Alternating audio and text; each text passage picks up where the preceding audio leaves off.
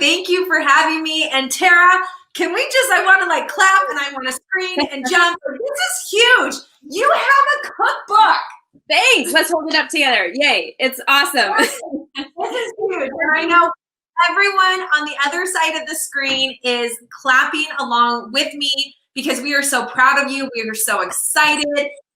Guys, can I just say real quick, I have been diving through this cookbook all weekend long, picking out the recipes I'm so excited about.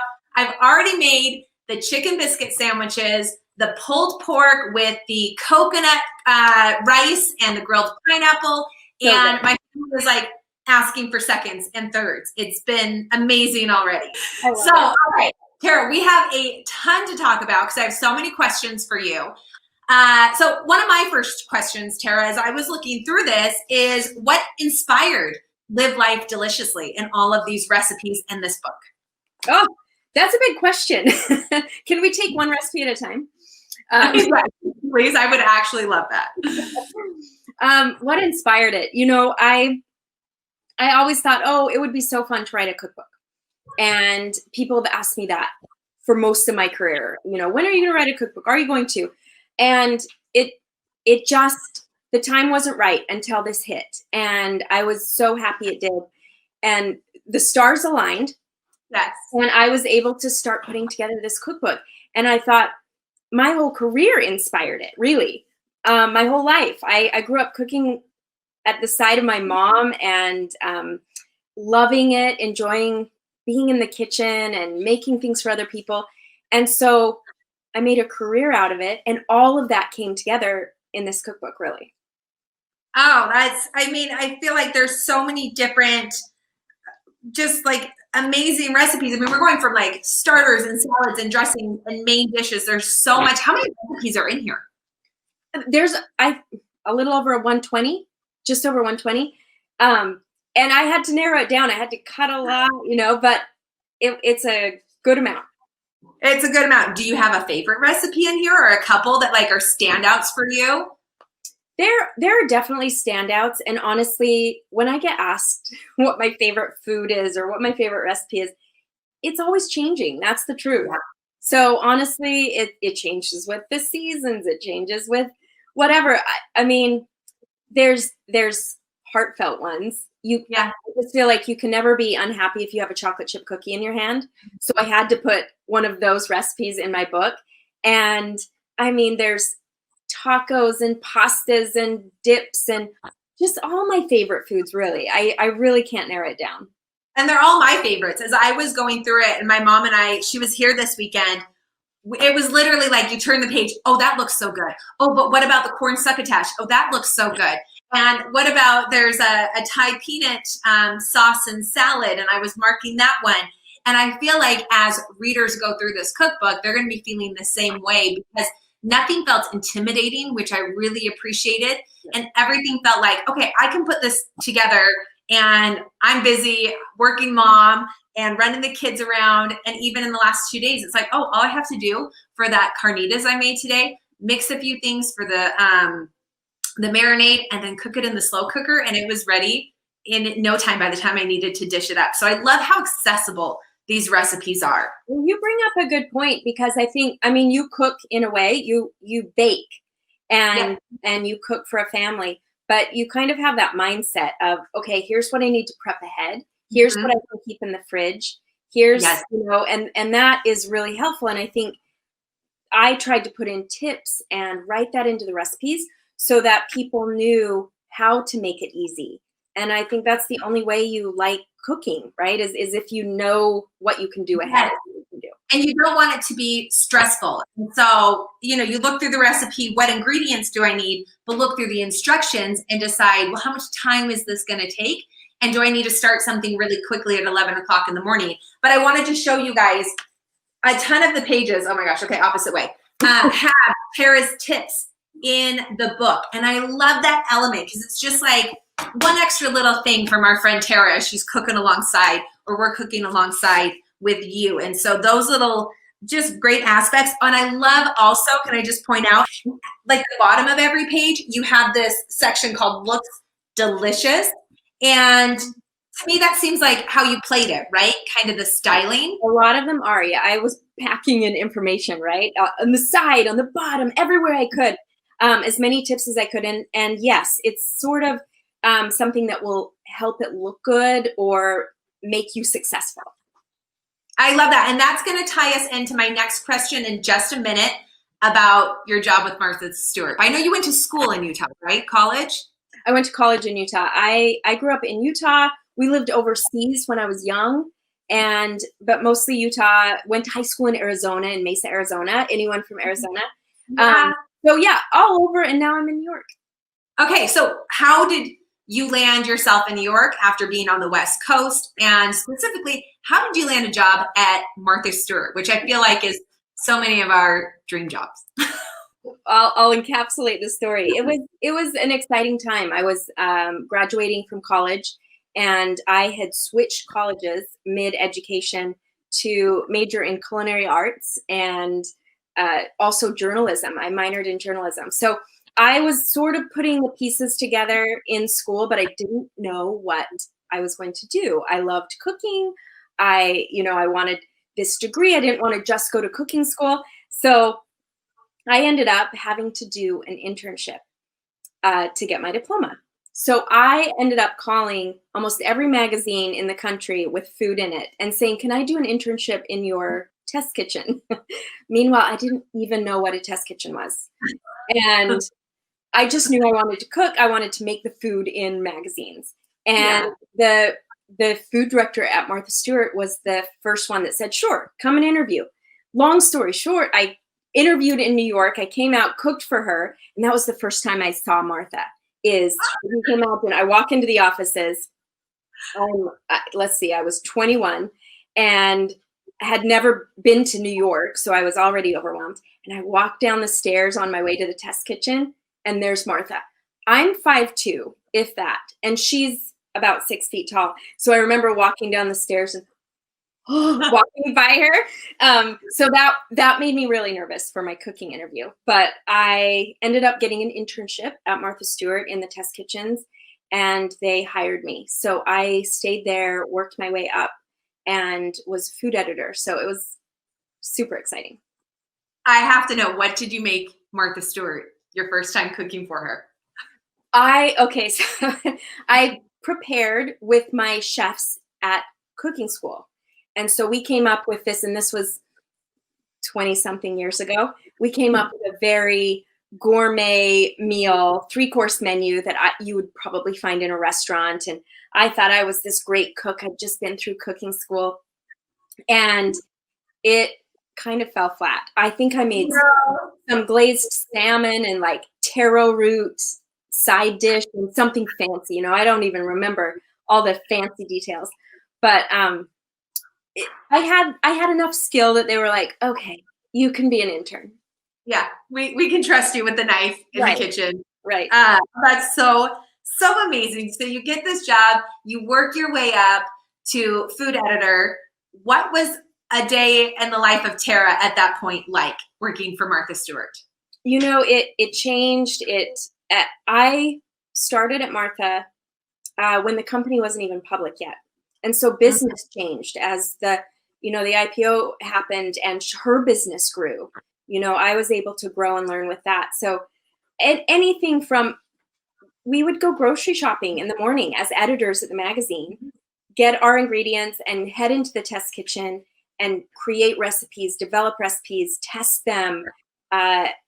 Every few weeks you'd go on a photo shoot. And so you'd have to prepare for the photo shoot. And then you were styling food for the camera. So I learned food styling, and I made that part of my career later on. So every day was different. Sometimes I was at my desk writing the recipes and answering comments and things like that. So, yeah. Did you have a favorite part of all of that? Because you kind of were a Jane of all trades while you were there. I can't pick favorites. I love the mix. I've always loved being able to work in a test kitchen and have a desk job. It's the best of both worlds. So I just loved every aspect, and mostly working with such talented people, from the prop stylist to the garden editor to the, art directors. Everyone was just so talented. And that was the fun part. What were some of the big things? I mean, being your first career, and that was a big brand and a big name to work with right out of college. What were some of the things you learned, kind of maybe even the most important, like life lessons or career lessons you learned while you were working there? Let's see. I learned how this is maybe too public a form. I learned what kind of a boss I didn't want to be.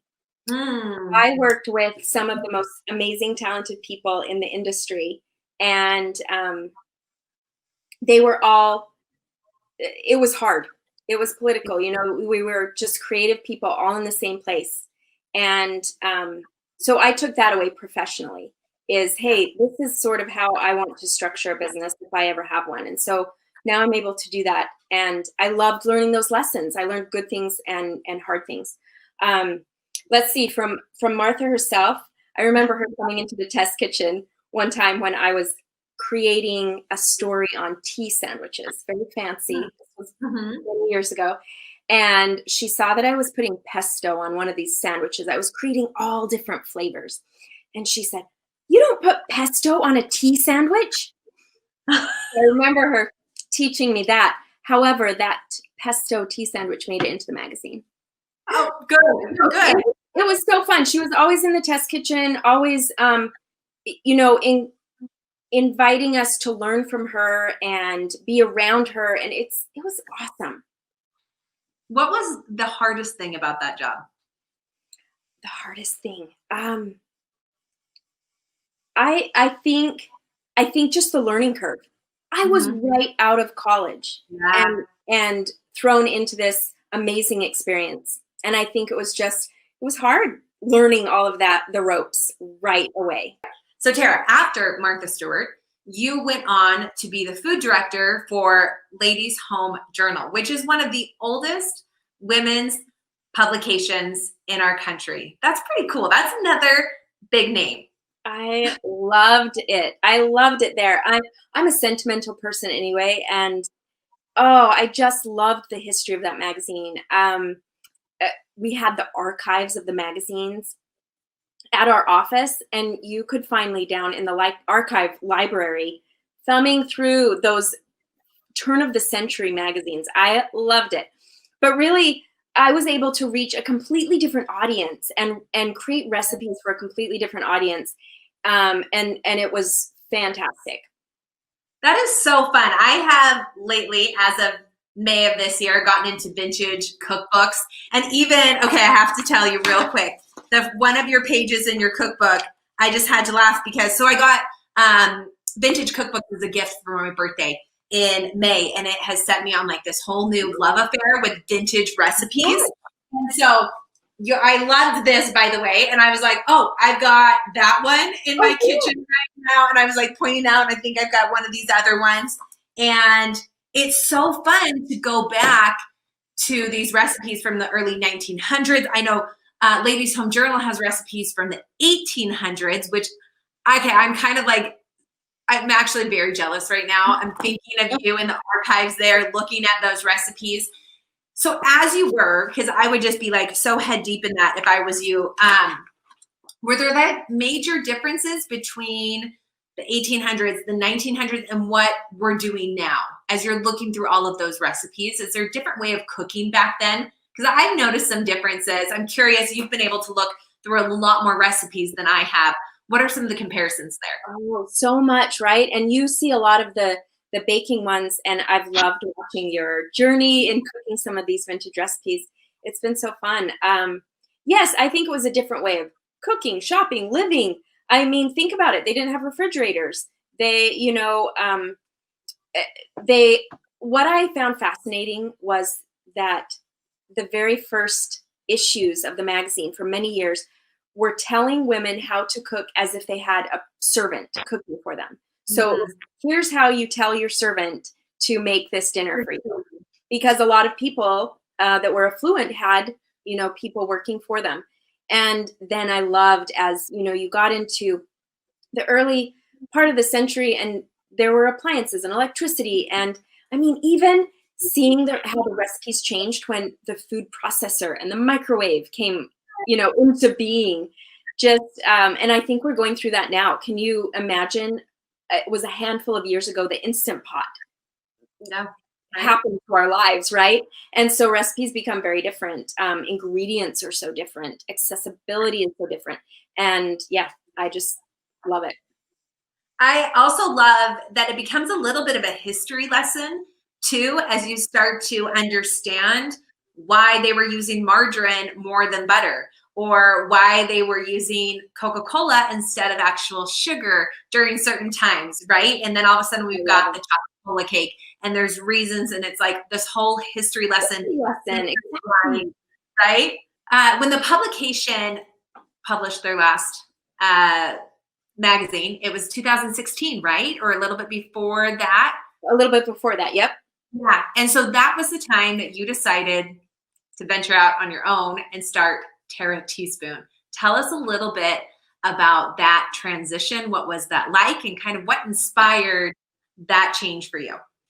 Well, in between all of my jobs at magazines, I've loved consulting and doing freelance food styling and working with all different brands and companies. And so I started doing that again when Ladies Home Journal closed. I loved it. It was what I wanted to do. And I realized, but I still want to share my recipes with people. And so long story short, I created the website. And if you can imagine, when bloggers weren't everywhere, I didn't think of myself as a blogger. I was putting recipes on a website. I wasn't writing stories or anything like that. And I just morphed into it. And I had a friend my friend Melanie, she's here with me tonight. She sort of enlightened me to the world of blogging, and then it could be a business. And that if I shared my recipes the right way, more people would see them. And so that's when I started Terra Teaspoon and started the brand. And really, really it was to get my recipes into the hands of people so they could make them. Yeah. What have you learned over the years? I feel like for me, there were so many things I wasn't quite aware of when I first started blogging, and you just learn as you go. What were some of those things for you that, looking back, you wish you would have known maybe at the beginning when you started blogging and sharing your recipes and doing your own food styling and photography? Everything. Everything, right? I wish I knew all of that before. When I was an editor at magazines, we had a web department.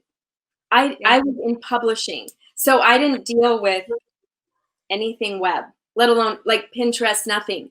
And so I really was learning everything from scratch. And now I know what SEO is, and I can throw out terms that I never even knew 8 years ago.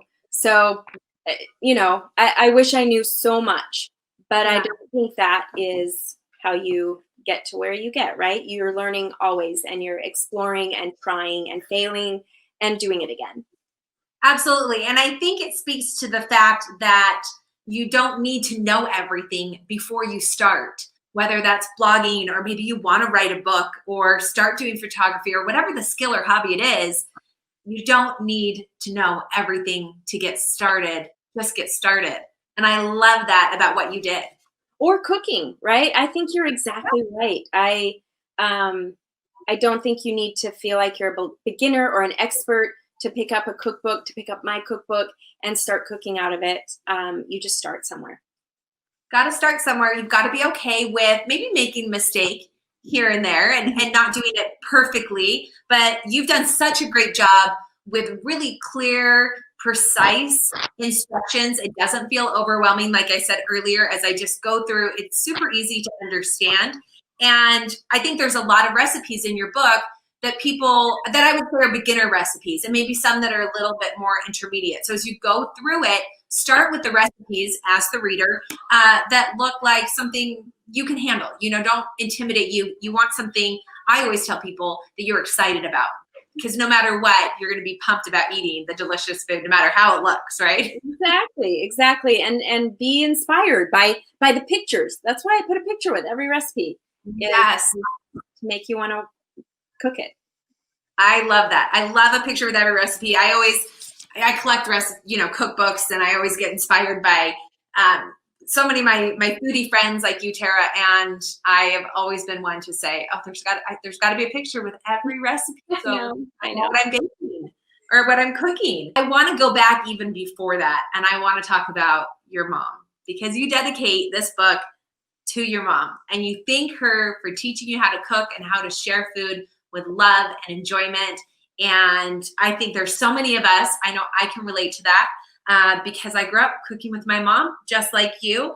I'd love to hear about that experience for you, growing up, being in the kitchen with your mom, and how she taught you and some of the things she taught you. Thanks. It's so special to be able to dedicate the book to my mom. She was a huge part of the book. She's been a huge part of my career, learning to cook. I really did. I started to cook with her when I was too little to even stand at the counter. She would put me up on the counter and I'd help her stir and cook.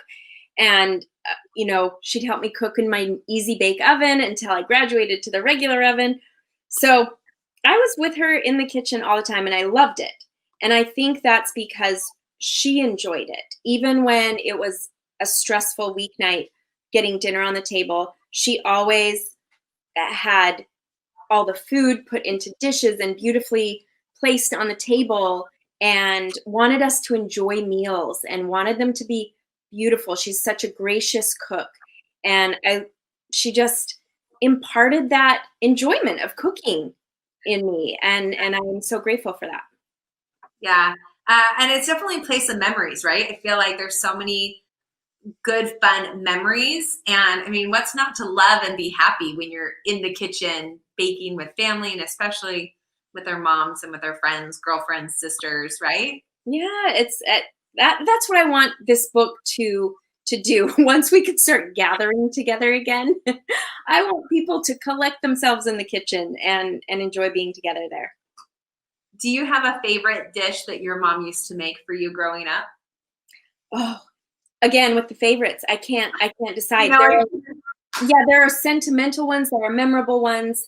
There are, certain Christmas cookies that we still request from her. There's those homey, comforting meals, maybe a roast with a milk gravy or something like that are just comforting and yummy, and she knows how to do them perfectly. So lots of them. Oh, I love that. So many good memories. And are there any recipes that are specifically like in the cookbook that are specific to some of the things you grew up with and inspired by your childhood and your mom's dishes? Definitely. So the vanilla pound cake in the book is Ooh. hers. I only changed the flavor a little bit. Okay, I've never seen that one. Keep talking. Yeah. I'm gonna find it. Okay, good. And the vanilla pudding. I put those in because one of my favorite things she used to make is so simple. It was cake with warm vanilla pudding on it. And so I had to put that in. It just seemed so my mom. She also, this isn't her recipe, but my mom loves Mexican food. And so the tacos are one of her favorite recipes that I make. And so they went in the book. Love that. Yeah. And then going even back further, both my grandmothers were amazing cooks, and I definitely suggest everyone try the whole wheat pancakes. Oh, I saw those. They look so good. That was a recipe from my grandmother, my mom's mom. And I remember, going to her house, and whenever you'd visit grandma's house, you'd hear the blender mixing up that whole wheat, and you'd know you were getting it. We were talking about that, my mom and I, with my grandma, her mom. She would do the same thing, and it was so loud, grinding up her own wheat, but the flavor and the texture of her pancakes with that like freshly ground wheat was memorable, so memorable, and just, oh my gosh, there's nothing like it, don't you think? Exactly. So so sentimental. So there's such a mix in here of sentimental and then recipes that are how I cook now, using unique ingredients and things, that I keep in the pantry now that are global flavors. We're all cooking curries now and with different sauces. So it's a huge mix. I love that. I feel like there's something for everyone in here. I've got to show our gang. This was the pound cake, right? Yes. And I love how food can be so nostalgic, and you've got your classic vanilla pudding in here, because I remember we would make with my grandma a homemade chocolate pudding, but we would pour it over like ice cream. And I was like, we're putting pudding over ice, but it was like fudge. Anyway, it was just, it resonates so much with me. And I feel like the readers are just going to fall in love with these recipes because, like I said, there's a little something for everyone, but I feel like you're going to connect with the recipes and the flavors on a very personal level because, you know, they come from your childhood, which sounds like, you know, is very Americana. Yeah, it was. And then my experiences of moving to New York and even living overseas, you know, just exploring all new flavors. I think all of that came together in this book. Where did you live when you were overseas? We were in Saudi Arabia for 2 years. Oh, and I was young. I was kindergarten age. So, you know, I tell people I remember however much you remember when you were in kindergarten, that's what I remember. But I do remember exploring the food markets with the family and the crazy smells and sights and all of that. And it just, you know, obviously made an impression on my life. How has living in New York changed or helped you maybe the evolution of your cooking? Because New York is such a foodie city, and I go there and I'm going for work, but I'm really going for food. Right. I mean, I stay here for food, so I get it. I mean, how could I ever leave? You know this because you are in Utah now, and even, you know, 20, 25, 30 years ago, it's just wherever you go in the country, there's those pockets of different food cultures and things like that. And so, yes, I grew up eating certain foods and having access to only certain restaurants.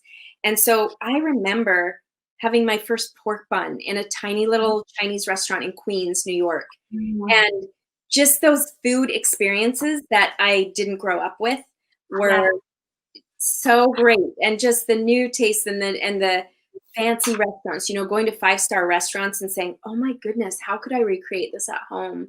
You know, I love this flavor. I love what they've done and simplifying it for people at home. And so, I mean, in every way, living in New York and eating out in New York and exploring New York food has totally played into this book. There's so many options. Oh gosh, I wish I was there with you right now. Come visit. Oh, there's so much good food out there. You have been a food stylist. You are a recipe developer. Can you give us a little kind of behind the scenes? Like what goes into that? What are maybe some of your tips for food styling and recipe developing? Good question. I think about how food looks the very second I start creating a recipe. And so it's totally important to me. Granted, my food at home doesn't always look good. It doesn't always look like a photograph. So that is a huge point to make. I mean, every meal, every recipe I make does not look like the picture. But I think about it and I want you to get as close to that as possible because we eat with our eyes. We all know that. Yeah. If something looks good, we want to eat it. If something looks awesome, we really want to eat it. Right? So I think it has to do with thinking about it from the beginning. What dish are you going to put this in? Don't think about that at the last minute and then it ruins the look of it, right? What do you have fresh herbs? Can you throw some fresh herbs on top of something that you normally wouldn't? That brightens it. It adds a pop of color, a little contrast, and your eyes see that. So things like that. It's how do you serve this? Do you have a serving dish that you can put in the oven and then you get those crispy edges and so it looks really delicious when you pull it out of the oven and serve it? All of those things come together in how your food looks. Oh, well, you're making me hungry right now, especially because I have your cupcakes sitting right in front of me. Look, oh, those look delicious. So do I. We're eating them tonight. So I've made them. And yeah, if we have time, I can show people how to do a chrysanthemum. Oh, I think we've got like at least 5 minutes. Will you give us a little demo? That would be so fun. Let's do it. I'd love it because this, I really did put it in the magazine saying, hey, I know everyone does not know how to use a piping bag and doesn't pipe all the time, but it's inspiration for getting creative. And if you have a blank canvas on a cupcake, you know exactly what that feels like, having a blank cake to work with. What am I going to do? How am I going to make this so beautiful? So anyway, I love piping flowers with buttercream. And I usually use a Swiss meringue buttercream, although I love a powdered sugar buttercream too. They're a little stiffer and a shape, right? You know that. Yeah. You pipe all different things. So I start by frosting my cupcake, just plain. And then I use what's called a notched V tip. And you can kind of see that it's a little V. Okay. And that's what I use to make my leaves. And so I just pipe a few little leaves. Yes. We're doing these leaves right here. Yes, thanks. It's in the dessert section. And it doesn't have to be perfect. Yeah. And then what I do is I will use, you can use a plain tip or what's called the coupler. And it's that plain hole in your piping bag, and you pipe a little stem, like what's it called? A base, not a stem. Okay. So are we working off of that center then from here on out? Yes, that's going to hold your chrysanthemum flower. So we're going to get to this. So all of that structure, all of that 3D-ness, we're going to put around that. So then I will put my tip back on. This is a number 79 or 80. Okay. And you have that in the cookbook. All of those tips that you're using are written in the cookbook, you guys. They are. I'm getting really close to the screen and scaring everyone. Okay. So I hold that as a smiley face so that it's the U shape looks like a U, and you hold that next to the cupcake and you start to, yes, you can see it. You can see it. And I'm doing this fast, but you anchor that little petal to that base and you just spin the cupcake around and make all of your petals. And you can pipe right over those leaves because your flower is sitting on the leaf. And then you move up and you start doing another layer on top of those petals. And as you move up and anchor those petals to that base that you created, then you start to make them shorter and come up a little more so that you create that 3D look. Look at that dimension. That is gorgeous. So as I come in here in the center, there I go. Yeah. How do you do this? I get really tiny little petals in the center. Yeah. And then I like to just put a cute little contrasting color center of that flower. And I feel like that's just that special touch. And I have this golden yellow, and I just put 3 little dots right in the center. Oh, that's so cute. A beautiful cupcake.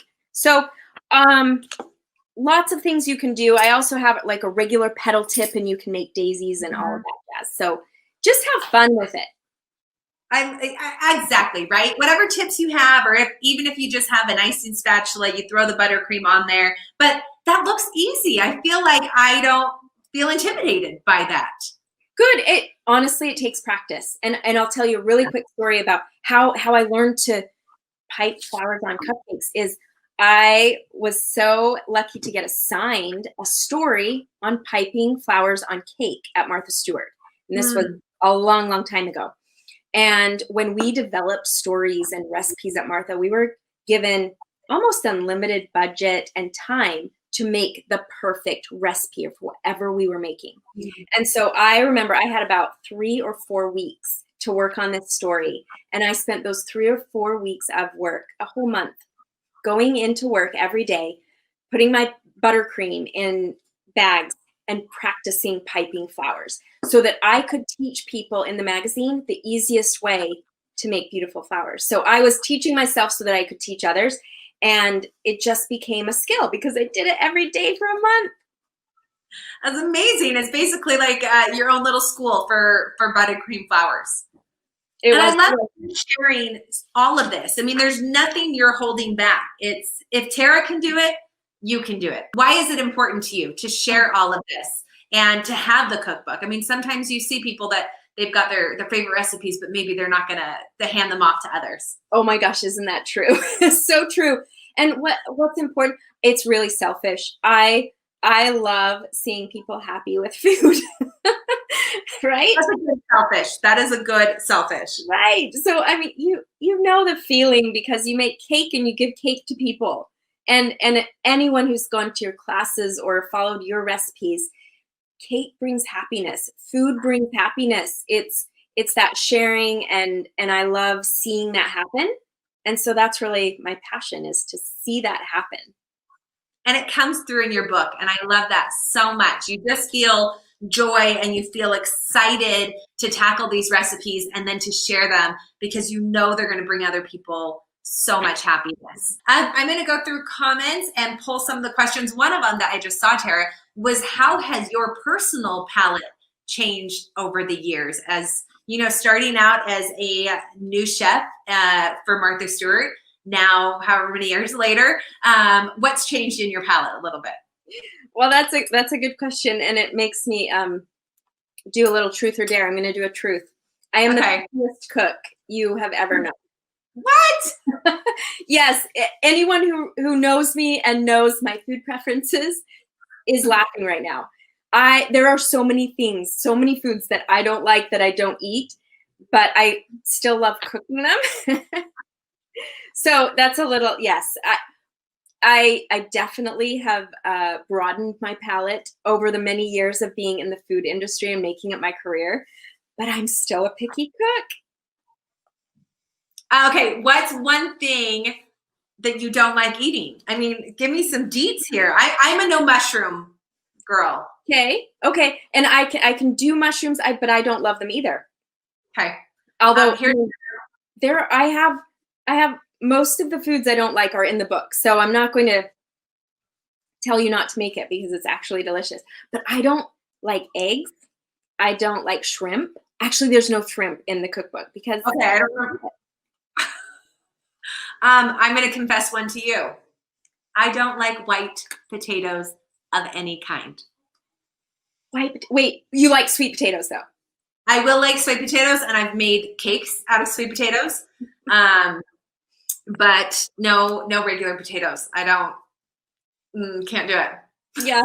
Oh, one of my bosses, Susan Sugarman at Martha Stewart, she used to say, Tara, how can you develop recipes when you're so picky? She would get so frustrated, but hey, I can throw together a mean omelet and I don't eat it.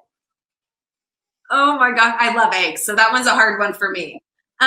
Okay, here's a question. Main problem is heat. And I think this one is related to the buttercream that you were working with. My hands are hot and the frosting begins to melt before I get very far. Do you have any suggestions on how to keep the frosting at the right temperature for piping? I think you and I both should give some tips here, right? I think there's a lot of ways. With Swiss meringue buttercream and others, you don't want to chill it in the bag because it will be too hard to pipe. So chill your hand. Have some ice water. Literally, have a bowl of ice water. Stick your hand in the ice water, dry it off, and use it. And you can do that as many times as you want. That's a great idea. The other one I do sometimes is I'll have multiple piping bags of the same color so that I can use it for a minute, set it down so it's just not against my warm hand. I have put mine in the fridge for like 5 minutes at a time. You've got to be so careful because the buttercream will set really quickly. I love the ice tip. Yeah, and if you put this whole thing in the fridge, even for like 2 minutes, the metal gets colder than the frosting, and then all your frosting's stuck in here cold. Yeah. Anyways, and that's right? It can be a nightmare. Any kind of odd flavor combinations in the cookbook? Odd flavor combinations. Let's open it up together, shall we? I'm looking. I hope there's not any odd ones. Do you know which ones I'm trying to try too? Are the garlic lime carnitas tachos. This reminds me of something I've had in Texas before. So good. Anyway, I mean, who doesn't like a tater tot, right? Can you believe I have tater tots in my cookbook? I don't, because it's potatoes, so I'll use sweet potato tater tots. That's right. Hey, that's a good point, Courtney. Honestly, is all of these recipes, make them your own. If you don't like something, swap it out, right? There's so much. Let's see, crazy flavors. I don't know. It's not odd, but the green beans, I put brown butter and mint together. And you wouldn't think, you think that's kind of odd, like this nutty, buttery thing with mint. It's really delicious. Oh, trust it. A little fresh mint. It's a different flavor than people think about. And it adds so much dimension to something like green beans. And then you have toasted nuts, which also enhances the nutty flavor. So this is on my list to make, Tara. I'm so excited. Is there one in here? We have a question. Is there one in here that would be good for like a big group? That would be easy to like maybe double or triple or already has a lot to it? Well, funny enough, I have an entire chapter on food for groups, like food that you can serve, a smallish group, a medium group, and it's called Meals for Gathering. So it's sort of in the middle of the book, and how would that work? Yeah, the giant. It's a 3-foot sub sandwich. Who doesn't want that in their lives? So, and I tell you how to make it so easy at home. There's lasagna for a crowd. There's ribs. There's Swedish meatballs that feed a crowd. So good. Yeah, there's definitely crowd favorites in there. And you made the carnitas the other night, I saw. Yes, we have on social media, and that made a lot. I also love that, like, instead of just doing one roast chicken, throw 2 of them in your roasting pan, because you could even save that like I do for later in the week so that you're not trying to make something every single night, but you are still having something homemade every night, and you can use things in different dishes. And guess what? It freezes. The carnitas, you can freeze it and then reheat it. Yes, so that's a favorites in the Meals for Gathering chapter. Okay. Is one of my favorite recipes. It's the New York focaccia sandwich. This looks, this is so cute how you wrapped it up. Oh, it's just, that little cute for the picture, right? And you can wrap it up if you want. You knocked your camera over. I knocked my computer stand over. No, we're still here. We're good. Okay.